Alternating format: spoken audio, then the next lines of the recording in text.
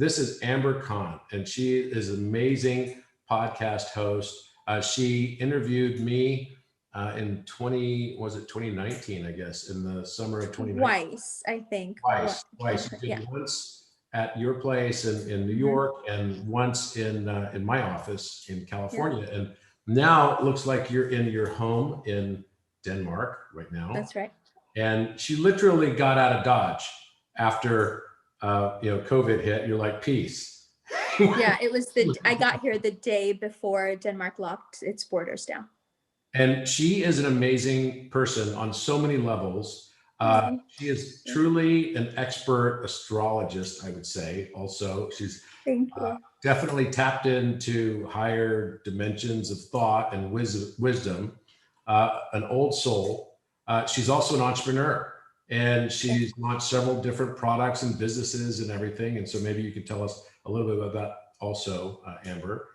And, I am just thrilled to have you on my podcast today.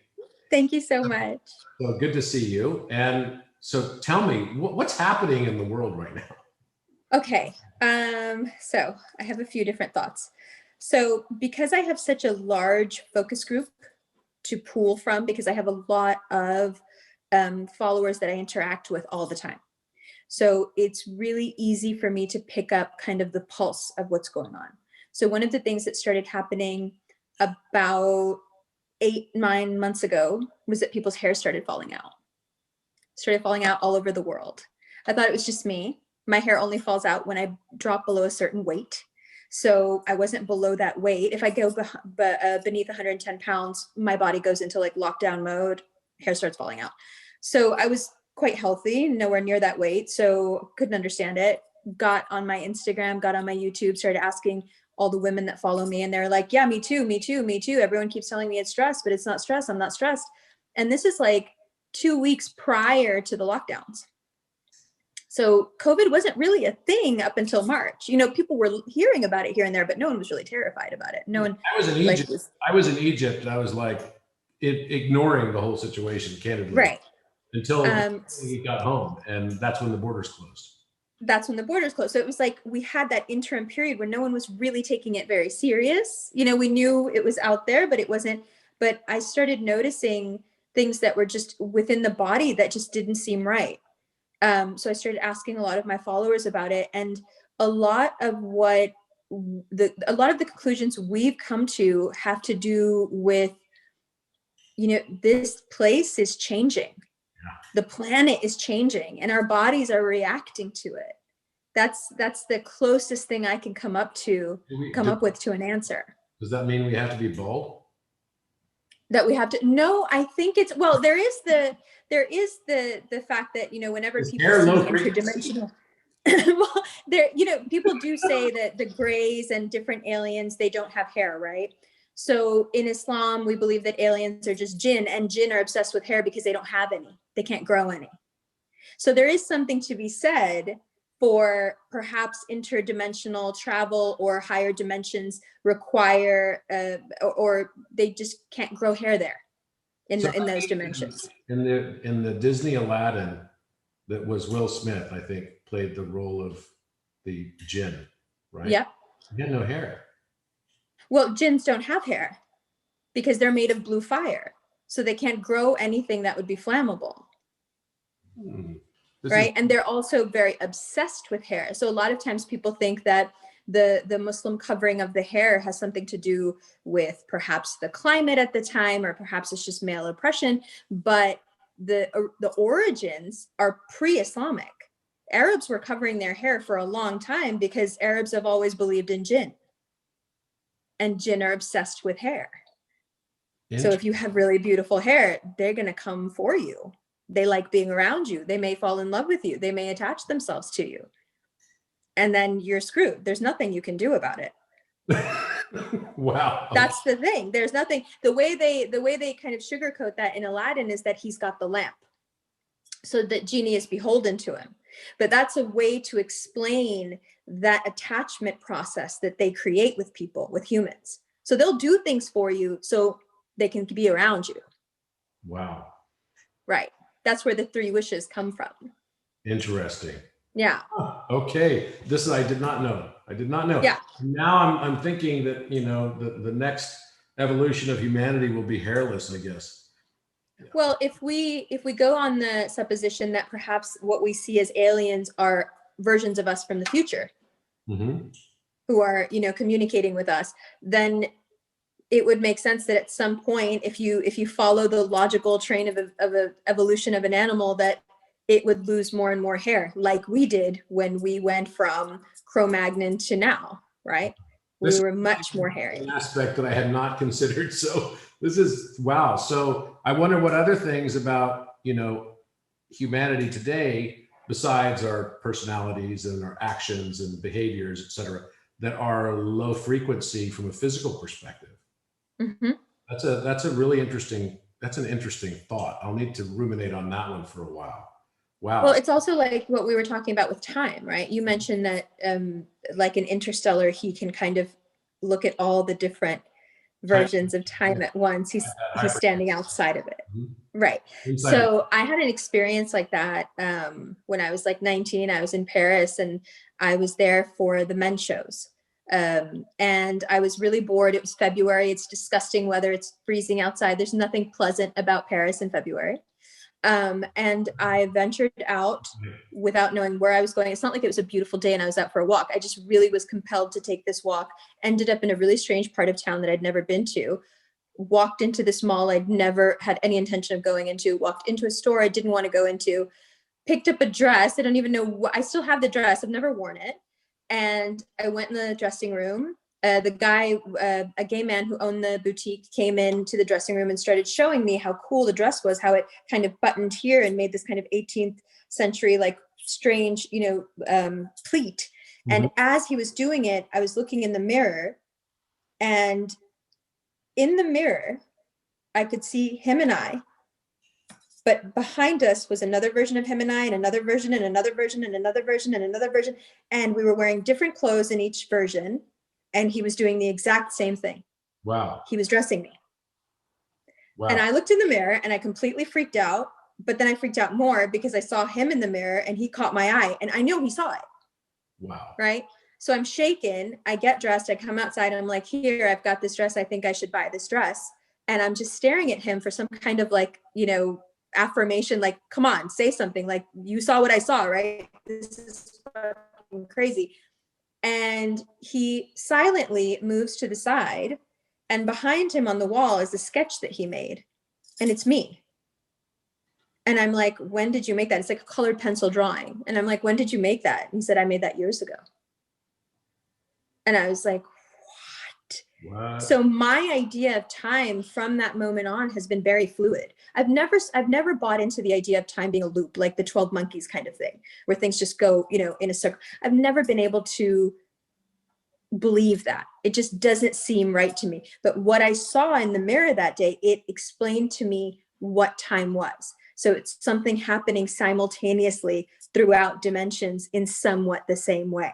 Yeah, I think right. In the way not Da Vinci actually, Albert Einstein describes time. He basically said it's a persistent illusion that we have.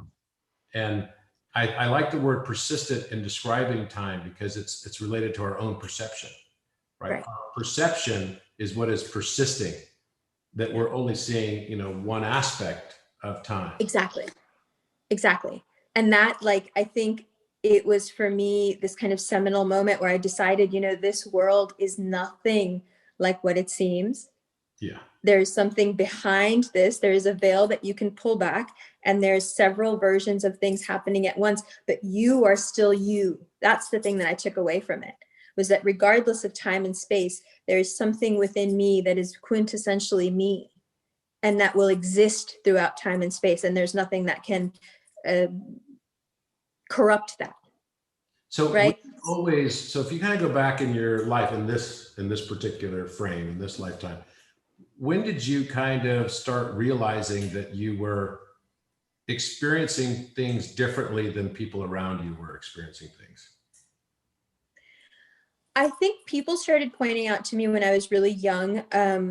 One of the strangest things that people have always pointed out to me is that I can't be anywhere near a cat. I mean, there could be a cat that lives across the road. I can't be anywhere near cats without them somehow finding their way in to where I am. Cats will not leave me alone. And I'm not necessarily like an animal person either.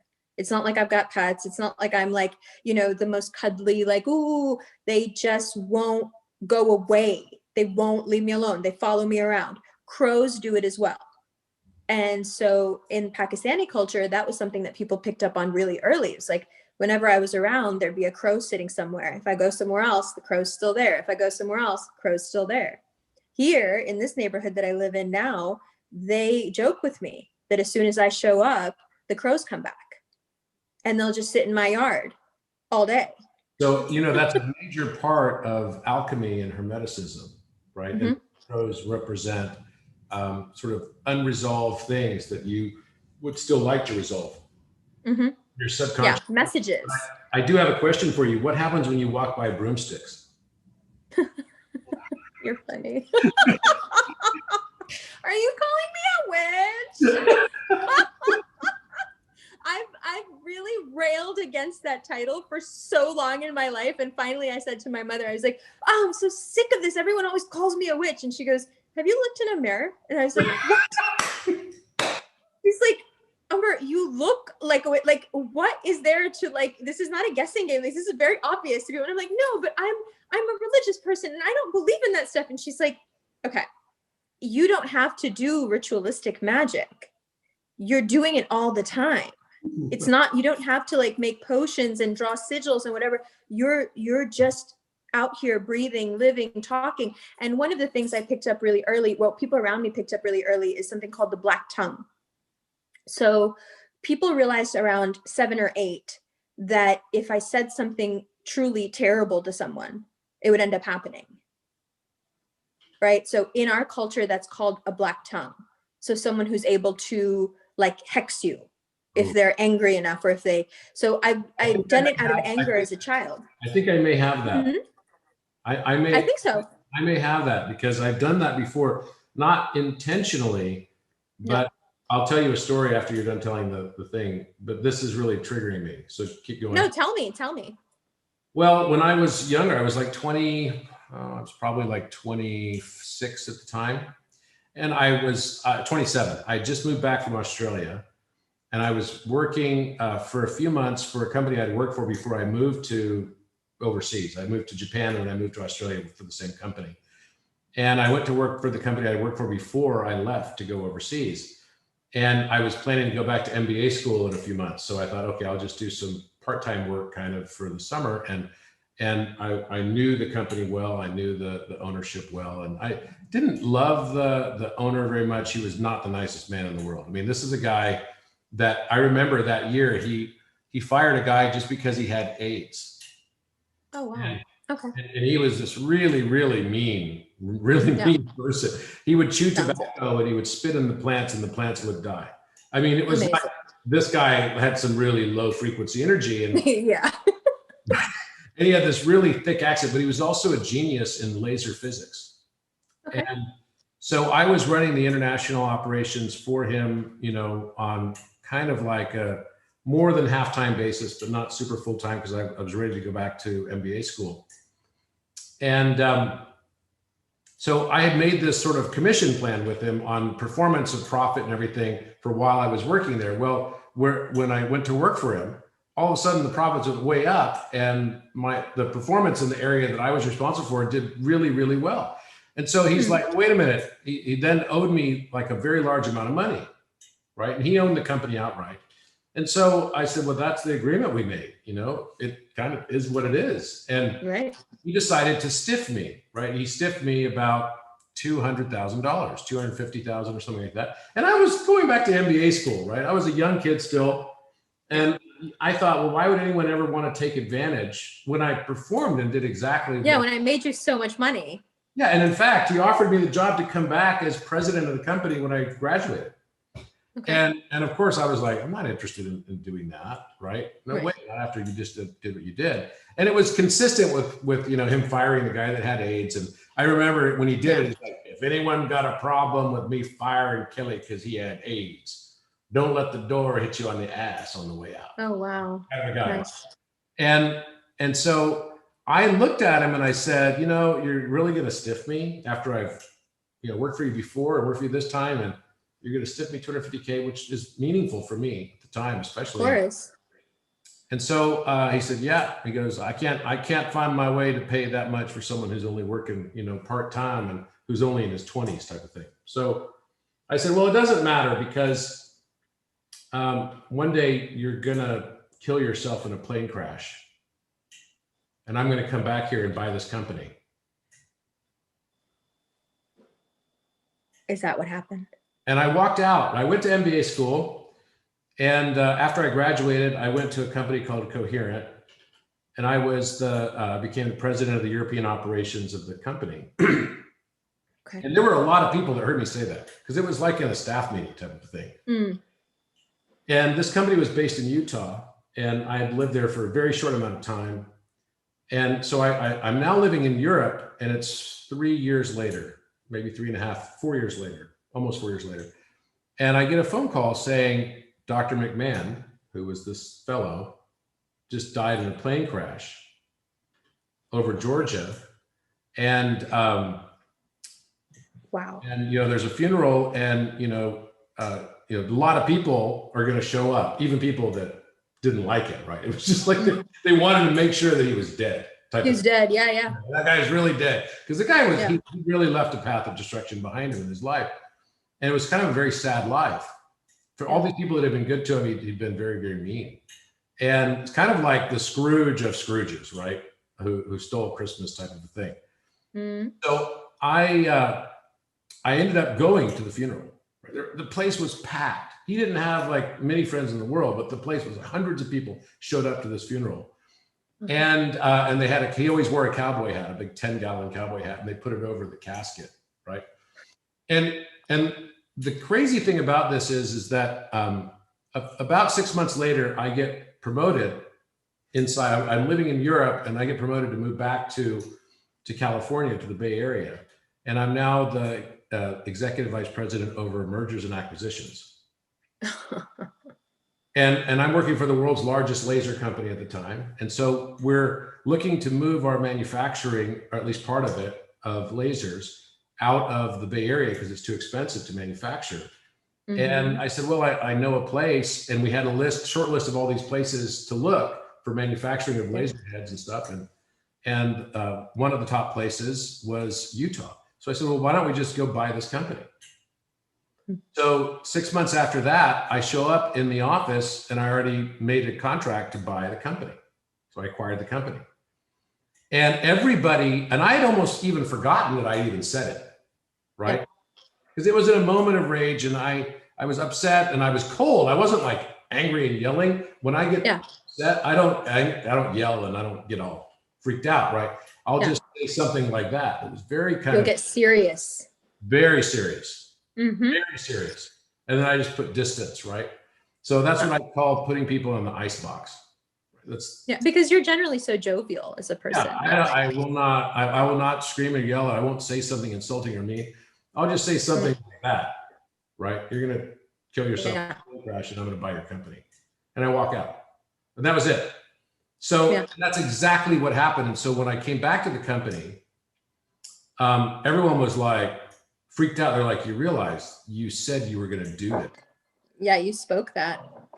And so ever since that time, and it really freaked me, because I was like, oh my gosh, you're right. I really did. Mm-hmm. And every time I was in a situation where I was upset or something, I then now stop myself from saying anything. Because I know that, it's thoughts become words, and words become actions, right? And those actions become our reality. Well, I think there's also a genetic element to it. I think our genes, there's this guy that I follow named Dan Winter, who talks a lot about the spiral in the heart. I think there is something to our genetic makeup that makes some of us, whether it's gene expression or a certain amount of proteins, I don't know what it is physiologically, but I think there is some sort of a physiological component that is passed through the blood. That's why they say things like witchery are passed in the blood, telepathy is passed. My mother, for example, has always had dreams about the future, and they're always accurate. to the point where she knows when someone's going to die a few weeks before they die. She always has been able to do so. So I don't have exactly that same gift, but I have a version of it. So I think what it is somehow being able to mold the simulation is the way I like to put it. I think some people have a better handle on how to do it. And we always come across it kind of ass backwards. So just like that. You end up saying something in a moment and you don't realize, you have no idea you have this power. It happened to me when I was 16. I was sitting in my bedroom window smoking cigarettes with my brother, like kind of hanging off of a ledge and like smoking cigarettes. And my grandmother on my mother's side was a stepmother. It was her stepmother. I never really liked her, but I tolerated her. And the next morning at breakfast, she said to my dad, some boy snuck into your daughter's room last night, was sitting in her window smoking cigarettes.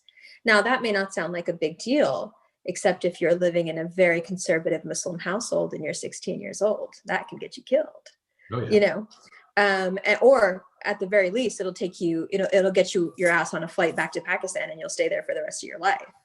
Right. So I was, of course, incensed. And I'm like, my brother's sitting right there. I'm like, yo, tell them. And he's like, no, it was me. And this woman is like, no, she's lying. This is not what she was doing. You need to send her away. You need to send her back. And immediately it like hit me like this woman is just being vindictive. She knows I don't like her. And now she's trying to kind of get rid of me. Right. So in a moment of rage, just like you, I got very calm. I'm a Vedic Taurus as well. I said to her, the thing is, everyone around you will die, but you won't. Everyone you know will die, but you won't. You'll beg to die and you won't die. That's what will happen to you. So after that, she was in a bus accident in Pakistan where something like 100 people died. She lived. She was in a car accident with like 6 people who died. She lived, to the point we started calling her the Bionic Woman because she just, she couldn't be killed, right? At the end, she died last year. At the end, the way the doctors described it was that she shouldn't be alive. She's in so much pain and nothing works, but she just won't die. And her own children, her real children, not her stepchildren, her real children ended up taking her to the frontier area, the Badlands, between Afghanistan and Pakistan, where like no one wants to be, and leaving her at a mission or something. And they did something to her, some sort of, I don't know what they did, some kind of prayer, exorcism, God knows what they did. But she finally died there alone, begging to die. You know what's crazy? And while you were saying that, and you were saying what you said to her, that you will beg to die and no one will die. Everyone will die but you. The computer, right, the internet, slowed down on that one section. And right at that one point, it was like, everyone will die but you. So fucked up, right? It's so creepy. It's so creepy. It happens to me all the time. Recording or not, but that's what happened. I was like, whoa, okay, I'm a little freaked out. Don't text me with that one, please. Just direct that somewhere. Direct it somewhere. Right. I'd be very happy to go at the time that I'm supposed to.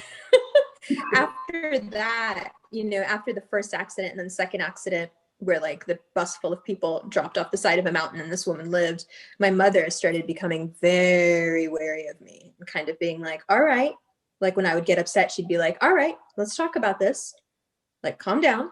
Don't say anything you'll regret, and I realized from the fear I saw in her eyes, and she's not afraid of anything, that she understood something that I didn't. So just trusting her, I pulled back and just stopped. But I'll catch myself sometimes, like on a live on Instagram or something. Most of my followers are women. Sometimes here and there, some straight guy will wander out of nowhere into the chat. And it's always like the most inane conversation. They're saying the most ridiculous things. And sometimes it'll get on my nerves. And I'll start to say something like that. Like, what's going to happen to you? And my friend will text me like, black tongue, don't, I'm on the live. I see what you're doing right now. Don't say it. So it's happened enough around me that even my friends are aware, like, shh, don't. So there is something, I've asked my parents about it, you know, like, am I cursed, or is this, you know, I don't want to be an evil person. And my mom has a really sweet explanation. She's like, God loves you. He doesn't want anyone to harm you. And so this is like your, you know, you're extremely vulnerable. Energetically, you're very vulnerable. So this is your kind of protection against people who would take advantage of that. Don't you find, at least for myself, right? I've always been, and maybe it's because I am very earth oriented, you know, down to earth. I've always been a manifester. Mm-hmm. So it's not just that I would say, that's the one time I could think of that I literally said something so, you know, out of character almost, and right. I was so upset. And I don't really have any regrets, and I don't really regret that either, because I'm glad I learned from it. Mm-hmm. But, you know, and I do believe that everything is kind of set. What happens to us in our lives and experiences, or we might as well just sort of sit back and just sort of let it come and surrender to it, because everything that we're doing is for our highest and best use and path. I don't believe in regret or guilt at all. Yeah, I don't. I think that's why the world is messed up. When it is messed up is when people really harbor guilt and regret and shame. And mm-hmm. and then they create a real separation from themselves and this other aspect of themselves that they don't even want to mm-hmm. admit to themselves even exists. Right? Yeah. But I have noticed that I have, whatever I will say mm-hmm. will occur, does always occur. It's simply a matter of time. Well, the Taurus is the throat. Yes. Right? Taurus is the voice. It doesn't always happen on the timeline everyone wants to hear when they hear it the first time. But it always mm-hmm. does happen. And I found that, and finding that way to communicate that so that the timing matches. Right? Mm. Expectation mm-hmm. has been one of the great challenges and fun challenges in a way for me mm-hmm. as I've kind of evolved through my lifetime. But not negative things. It's virtually anything. Yeah. Yeah. I'm the same. That could be the case for you as well. Yeah, I'm the same. I do have a tendency not to want. Sounds strange, but there is not much that I want. Yeah. I've always been a very satisfied person. Whatever I have at the moment. My dad has a joke. When I was younger, he would give me $1 here and there, and I'd go, "I'm rich." And he'd be like, "I gave you $1." And I'm like, "I know, but I didn't do anything for it. I got 100% return on nothing. I'm rich." You know, and I said it so often that, you know, and now like my parents look at me and they're like, "Bro, you did it." And I'm like, "I know." Because I always, no matter what I have, I feel like I'm rich having it. So it doesn't matter if I have more or less. I'm always going to think that I'm abundant, that I'm wealthy, that I'm happy, so want isn't really how I put it. I do see that if I feel like there's something out there that would mesh well with me, it finds its way to me. I attract a lot, but not out of want or need. It just seems to match up with who I am. And it finds me. So, for example, when the photographer for the New York Times came to my house, she said, "Listen, the editor really like pulled me aside and said, you need to find out about this girl." And the photographer's like, "Why?" And he was like, "I've never met anyone that needed to be tracked down and hounded to be in the New York Times." They had been emailing me for months.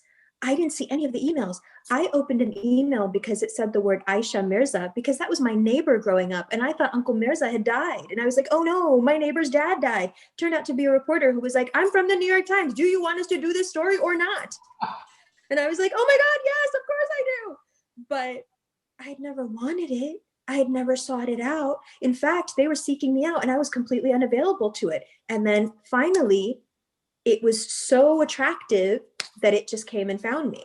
And I found that throughout my life, that I fall kind of like Kramer from Seinfeld, ass backwards into things. That's kind of how we met. Yes. It is, because I remember, I don't remember exactly how it happened, but I think it was on your you posted something and said something like, you reposted, I think, one of my posts, and you said, yep, I would love to, you know, someone said, well, you should have him on your podcast. I don't remember exactly what the words were, but I said, one day I would love to talk to this man.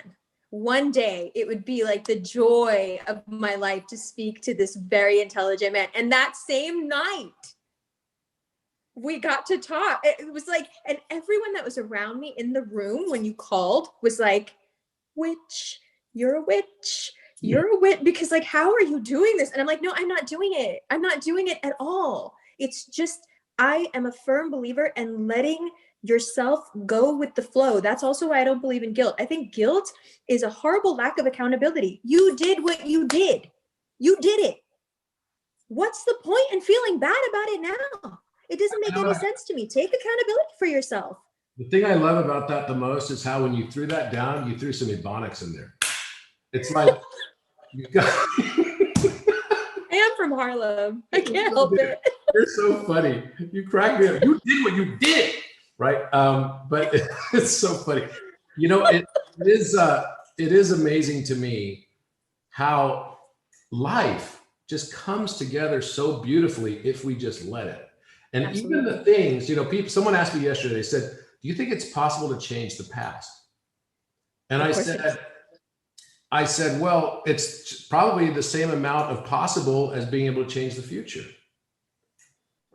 And they said, what do you mean by that? I said, well, first of all, I don't really believe that the past or the future has to change, just our viewpoint of it does. Yeah, exactly. That's what NLP teaches as well. So the idea that I had a really bad circumstance happen to me, right? Mm-hmm. I got fired from this job and all my dreams were shattered and all this stuff, whatever. You could look back on that as the worst thing that ever happened, or you could say, that's transmuted now. My life since then has been an absolute miracle. And that was the best thing that could ever have happened to me. Always my motto. History was changed. Mm-hmm. What is history but the perceptions collectively that we have of what took place? That's right. That's right. Absolutely right. I don't ever, I think bemoaning your fate is probably the most destructive thing that you can do, because what it means is that you went through a teachable moment and you didn't learn anything. Yeah. And that bothers me. When people don't evolve, but I can't stand to be around people who aren't constantly evolving, aren't constantly learning. You're a perfect example. Every time I talk to you, there's something you're working on, something new. You're right at the edge of things, so dynamic. Now, for some people who just want to sit on a couch and do nothing and watch nothing, that could be exhausting. To me, they're exhausting. I can't be around that energy, because that energy of complacency, that's what, to me, is the gunk in this simulation. Like, all of that is meaningless. If you are not on that edge where you're constantly thinking up new things and becoming new, I lose all interest. There's just nothing there for me to vibe with. And I'm very careful about that. That's the one thing that I am really a stickler about. I'm very careful with who I spend my time with. Very careful. You know, it's interesting listening to what you're saying. It's so impactful on so many levels, because if you think about our physical bodies actually mm-hmm. change all the time. We're constantly evolving. We call it aging, right? There's aging aspects to it, but actually what's going on is that your cells are making copies of cells. So if I have a little copy machine right here, scanner, if I made a copy of a copy of a copy, what happens to the quality of the image? It goes down, right? Yeah, it's terrible. And that's what happens with us until we get sick. When we get sick, our body upregulates repair enzymes, and then we can create original versions of those cells again. It's within our ability to do so. But without getting sick, without having a cycle of sickness, which you have to find a way to trick the body. And there are many ways that people have figured out how to trick the body so that they can have greater longevity, right? And mm-hmm. feel healthier and happier and everything. And, you know, there are many different aspects of that. And that's a whole topic of another discussion. But every cell in your body dies. Mm-hmm. Sometimes as short as a few minutes, sometimes as long as 7 years, but never longer than 7 years. Right. You know, they say marriage is hit difficulty usually around year 7. I have a 7-year limit. I can't be with someone for more than 7 years. I'm tired. I want to go away. Just leave. We did what we did. Thank you. Bye. Like, I've had 2 marriages that lasted 10 years. And at year 7, I was like, oh my God, just leave. Like, I can't. I think there's a reasonable explanation for this, that literally we are different people, our entire physical body. And if we're evolving as quickly mentally and emotionally as what you've just described, then our partner also is evolving mentally and emotionally too. And if they're not vibing in the same wavelength, Forget it. Then you can start to just sort of like split apart. Yeah, you evolve away from each other. The first time I met Nassim, when I walked up to him, I didn't know exactly what I was going to say because I was so nervous. You know, I'd been following this man's work for so long, and I wanted to make him understand that I got what he was saying. Like, I get you, man, I get you. And I didn't know how to get that across. And I'm never nervous, but I was stammering, I was sweating. And finally, I just was in front of him and I was like, I'm 42 years old. And he looked at me and he was like, what? You can't be. And I was like, I am. So everything you're saying about the arc and life energy and all the things you talk about, like, look at me. Like, I haven't had any work done. I'm 42 years old. And he was like, yeah, you get it. And I was like, yes, I get it. Like, I completely get it. That whole idea of the living arc, the idea of the black hole in the center of yourself. I have always known this. I've always understood that if you are a current, a living current, not a vessel that can be filled up and emptied, but a synapse that information runs through, that the energy, that the world or the simulation channels energy to, you won't age in the same way. You just won't. You know, because you're always evolving. So your cells are actually trying to keep up with your energy. They're like, whoa, this, you know, where's she going? Like, so they don't have time to go through what in 20 years we're going to call aging a disease. We're going to figure this out physiologically within the next 20 years. And then aging will be a sickness. No doubt. No doubt. You know, it's funny because this also makes me think about why relationships ultimately have challenges too, because the male perspective, the female perspective on life is so different. It is so different. And we should have that conversation with each other because, you know, when someone gets married and, you know, man gets married, he wants the woman to stay the same that he was the day they got married. That's right. And when a woman gets married to a man, she wants him to evolve into someone that they're meant to become. Right. And her thinking and her nurturing mindset may be that I'm going to help him along that path. Right. So when they often get divorced, I can't tell you how many friends I've had that have gone through this, and I've been through 2 divorces, and I would say this is definitely true. The man says, she's not the same woman I married. Well, of course she's not the same woman you married. We all changed. Duh. I can say this now after having been through this circumstance myself. You know, it's much easier to see it on the outside than it is for you. Maybe that's why we have to experience the same patterns over and over and over again until we finally go, oh, I finally get it. Teachable moment. You talk to the woman and you say, well, what happened? And she's like, he never grew up. Yeah, he's exactly the same. He's still eating the same damn sandwiches. He's watching the same damn games. He's wearing the same damn socks. Like, what the hell? What is happening? I completely understand that sentiment. And that's why when you meet men, cis, straight, gendered men who are very dynamic, who are constantly evolving, you'll notice that they're surrounded by women. Women love men who evolve. We don't hate men, not at all. We're just tired of men not being able to keep up with us because women evolve very quickly. We're very smart. Like, for example, this is just such a silly example, but it's so poignant to me. Most of the effectual research done in science is done in the makeup industry, in the skincare industry, because we want results. Oh, yeah, totally. You know, we want this thing to get better and better and better. Put money into it, do the work, figure it out. I don't see many areas where just the average Joe guy is saying, hey, come out with a better product. come on, help me do this better. Like it's in us as females, maybe because we're the ones carrying the young. You're so right, because it drives me insane when I go to, like, you know, CVS to buy shampoo or whatever, right? Those stupid things that we have to do mundane tasks for, right? And then they decide to change the packaging or the shelf location. So then I can't find it, right? And I'm happy with the same razor, the same deodorant, the same everything. I don't need anything.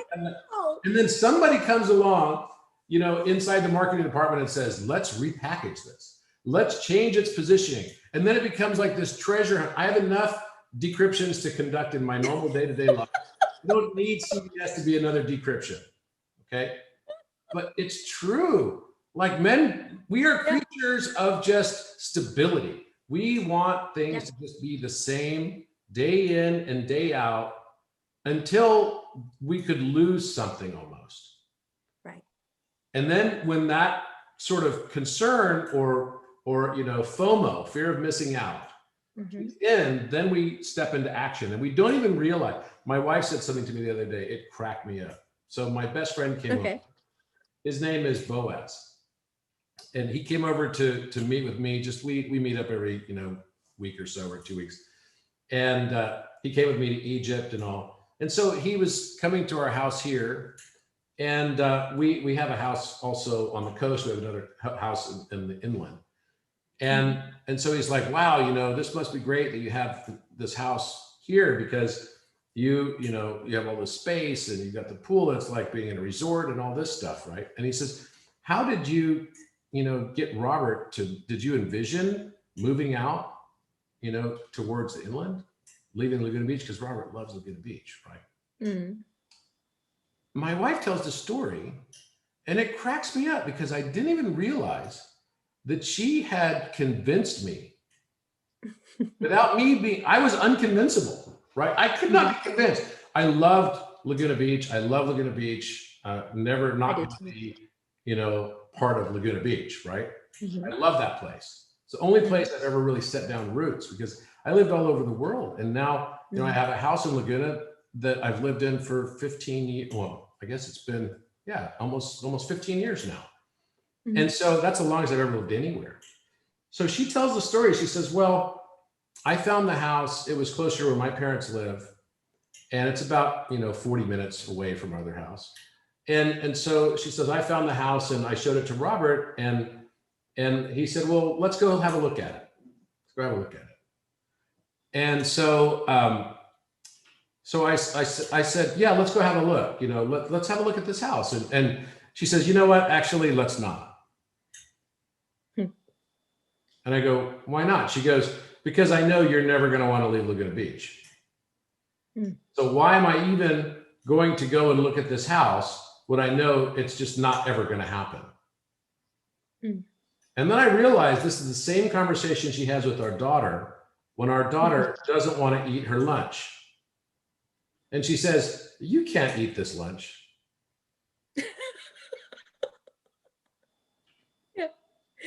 And I'm like, holy crap. So here I am in this house, right? And I'm like, I got played. And I only realized it two years later, after the fact, right? I'm supposed to be a pretty intelligent man. And I completely got played, just like my daughter gets played. It's how to get a Taurus to do something 101. All you have to say to a bull is, no, you won't like it. Totally. And Taurus will go, no, how do you know if I'll like it or not? You don't know if I'll like it. Let's go see. I might like it. You're not the boss of me, you know, because you're sensual beings. Everything is sensory with a Taurus. It's fixed earth.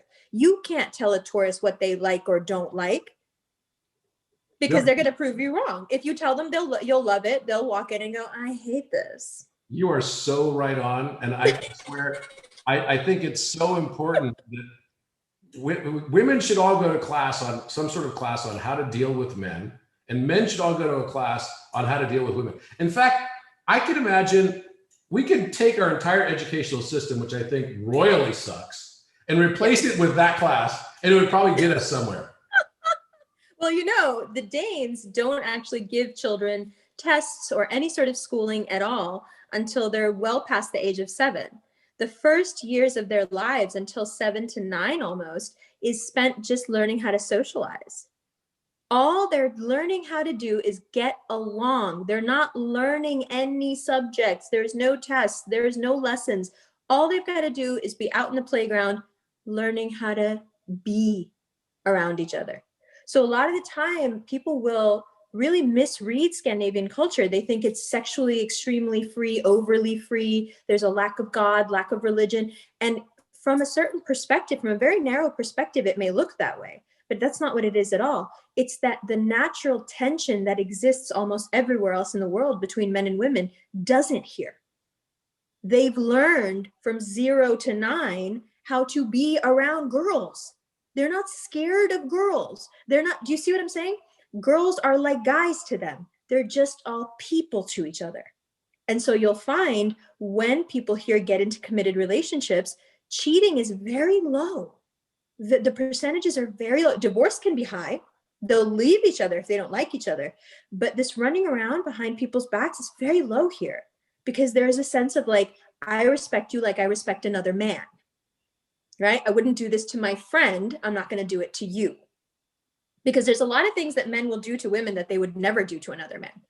Ways that they will betray women that they would never do to their friend, to their brother, to their, you know, and that lack of gender kind of rigidity here, the idea that they're all just kind of thrown in together and you've got to learn, you know, what it is to be a boy and be a girl and still play together and still, that is so important here. And I think they've done it because they're such a small population. They know that if they don't instill these things in their children, that genetically they'll die out. Because the toxic culture we have, for example, in America, that exists between cis straight gender men and women is, I mean, just look at the memes, look at Instagram, look at our popular culture. Men and women fucking hate each other. Look at porn. Porn is filled with men just being violent to women. Why? Because there's no connection there. We're not seen as people. We've become so far from being a person. It's not even objectification anymore. It's something worse than that, because you don't have this need to fuck up a chair. You don't feel the need to bust up a chair or bust up a table, but there is something within the male psyche in the West, especially, where they want to hurt women. And it's because there's no connection anymore. There's nothing similar. We're so different, but we're not. We're not different at all. It's just that one group of us is told, you're perfect the way you are. You don't have to do anything. Just be how you are. And the other group is told, you're not good enough in this way, and this way, and this way, and this way. You got to be this, this, this. And so women have been put under such an enormous amount of pressure from 4 or 5 years old on, that we just acclimated to it. Okay, I've got to constantly evolve. I've got to constantly be young. I've got to constantly be pretty, smart, responsible, make money. Okay, well, you're going to put all this on me. I'm going to do it. Meanwhile, you know, the lauded, spoiled son of society is like, doesn't matter what he does. He picks up like a leaf and you're like, oh, good job. You picked up a leaf. You know, on the other side of it, nothing we do is good enough. Nothing. It's so funny. We're constantly having to run on this treadmill. And if we miss a step, that's it. No, and that is very, you know, it's really easy for us to fall out of the race.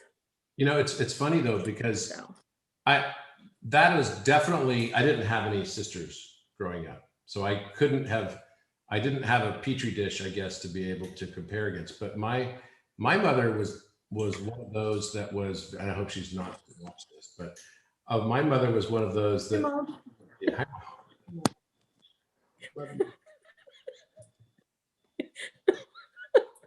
sorry.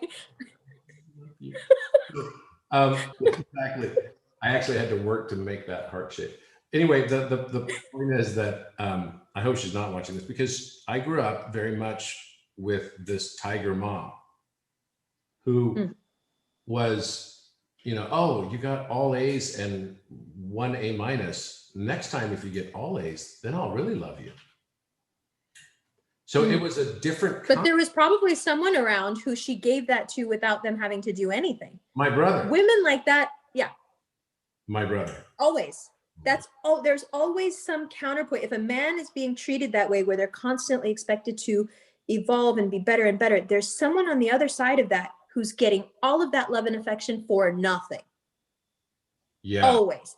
You know, that is so true. Why is that? So I guess everything just has to remain in balance. But my brother, who's a great guy, but he's 4 years younger than me, he could literally do no wrong.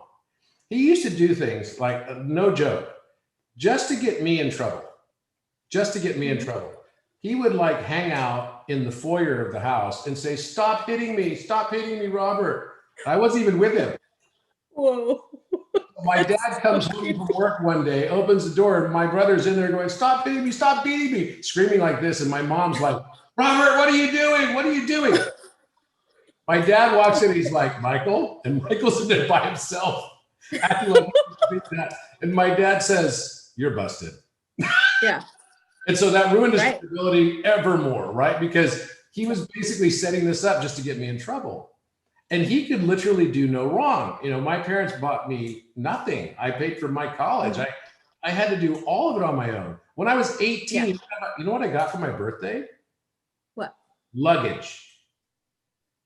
Wow, that's harsh. And not to go on a trip. No, I got like an Instagram trip, right? This is no, it's like, get out.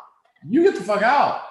You're old enough now. You got to go, you know, this is called, you got to launch from the nest. And so today, I was out on my own at 18. So today we have a society where people are definitely staying with their parents much, much longer. Men in their late 20s, early 30s even older. What? Late 30s. I didn't want to say it because it's almost like, but I had to make my own way at 18. And you know what? At the time, I didn't feel like it was the greatest thing that ever happened to me. But I look back on it now, I'm like, thank God, because I learned my own self-dependence, self-independence as well. And so I'm grateful now to my mother for that. But I still have these issues. Like I got an award at University of California, Irvine, where I took Nassim to meet with Kip Thorne, who was the physicist who discovered gravitational waves and also made the film Interstellar. So he did all the physics behind the film Interstellar, which is a great movie. And also recently the new film Tenet, which is also worth seeing. It's only been in movie theaters, which is kind of a weird thing during COVID, but it is, it's definitely worth seeing. It's going to be on Apple sometime soon. But the point is, I'm at UCI and they give me an award, right? For like the Man of the Year award. It's like, because I was on the board, steering committee. Also, I was teaching a class at the University of California, Irvine on entrepreneurship. And so they gave me this Engineering the Future award, right? So as an engineer of the future. Dope. And it was a great event. There was like 500 people. I later realized the only reason why they gave me the award was because I could help fill up the tables, right? To purchase the tables because they're like 10 grand each and it's a fundraiser, just like everything else. You're so cynical. That is not why. It's a good reason why. It's definitely a good reason why. But anyway, so I just spoke at Chapman University, given the commencement speech at Chapman. So my parents were like, come out and visit, watch the whole thing. And my mom comes up to me and she says, you know, son, you don't have to, I was like 40 years old at the time. She goes, you don't have to keep achieving now. You've done way more than I ever thought you would be capable of doing. And here I was immediately hearing that as, what does that mean? First of all, so what does that mean? Yeah. Right. Yeah. So you think I was going to be capable of doing it? What exactly does that mean? But anyway, they're always compliments. Right. It's such a, It was always a compliment, like a compliment tied to an insult. Yeah. Right. We all know kind of what that means. And and maybe it's just all my own perception, right? All my own perception. So she gave me a hug, which was very sweet. And she says, you've done so much. You don't have to accomplish any more now. You've gone far, far ahead of what I ever thought you could do. And I remember feeling like, why does this feel like a Pyrrhic victory? You know, like a victory that is really not, right? And afterwards, nobody's won this war. Right, exactly. Nobody's won this war yet. You will see.